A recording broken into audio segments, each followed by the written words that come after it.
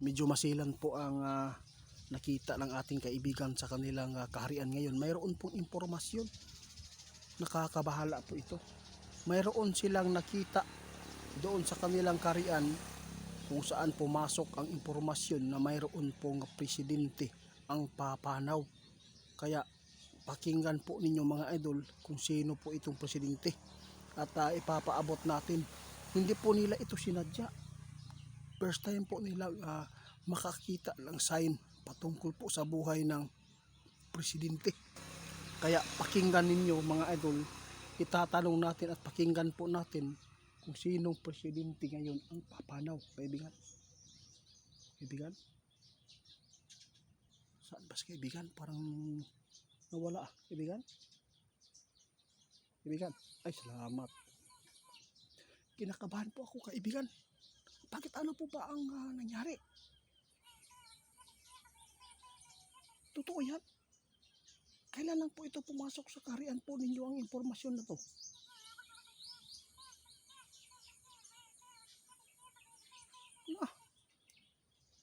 Ito po yung nakakabala mga idol. Talagang nakita ng ating kaibigan.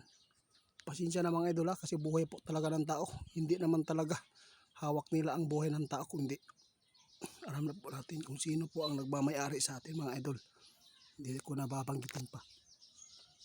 Alam po ninyo, hindi nila inaasahan na ito po ang pumasok doon sa kanilang kaharian na mayroon pong pahiwatig impormasyon. Nakita nila mayroon pong papanaw na presidente. Kaya hintayin po natin si kaibigan ko ano po ang kanyang ipapaabot dito sa atin, kung ano po ang kung anong presidente ito sa Pilipinas ba o sa ibang. O gusto ko malaman, pwedeng malaman sino po ba ang presidente nga nakita ninyo na mamamatay. Gusto kong malaman kaibigan. Na guys, ito po ang hirap. Sabi ng ating kaibigan, it pasensya na. Medyo hindi clear, hindi masyadong clear at malabo. Ibig sabihin nito, kaibigan, di ba sabi namin po ninyo kapag hindi clear, ibig sabihin ibang bansa. Na ito po ang sinabi ng ating kaibigan, hindi daw clear mga idol ang po informasyon.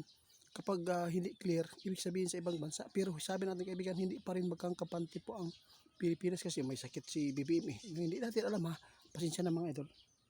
Basta tinugunan ko lang po ang nakita ng ating kaibigan.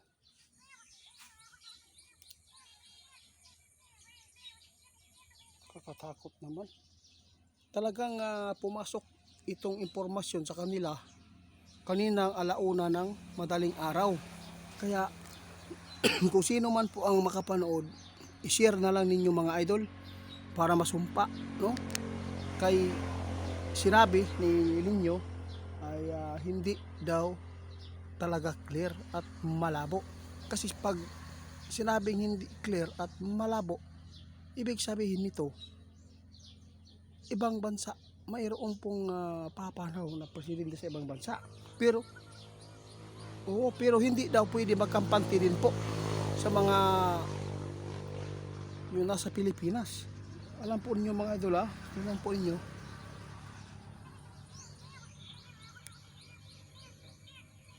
Alam ko.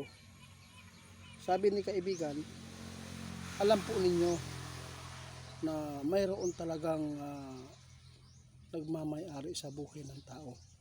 Itong impormasyon na to mga idol, inamin ng ating kaibigan kahit ano pang nakita nila. Kung hindi po paintulad, hindi po talaga kaya ipanalangin po natin kung sino po ang naisipan po ninyong papanaw na presidente ha. Ipanalangin na lang ninyo na sana ay hindi mangyari. Basta si kaibigan naghatid lang po talaga ng mga impormasyon na papasok sa kanilang kaharian. Kaya nandito po ang ating kaibigan para po ay maipaalam sa inyo at maihatid ang mga impormasyon na nakakabahala. Pero huwag kayong mag-alala dahil sinabi ng ating kaibigan hindi daw clear.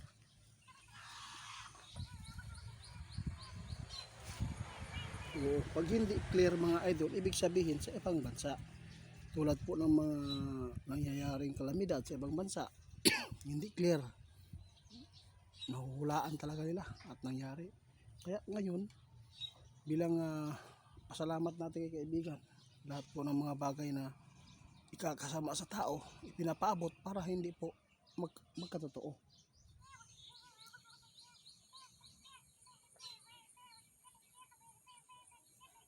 Totoo yan. Sinabi ng ating kaibigan, walang ibang mapaabotan nila kundi tayo.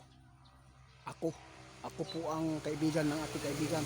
Sa lahat po na makapanood sa atin mga idol, wag lang po tayo isip po kung sino po ang naiisip natin na presidente na papanaw. Alam kong maraming magko-comment dito, sana siya na lang, no? Kaya ito po ang mapabot namin mga idol.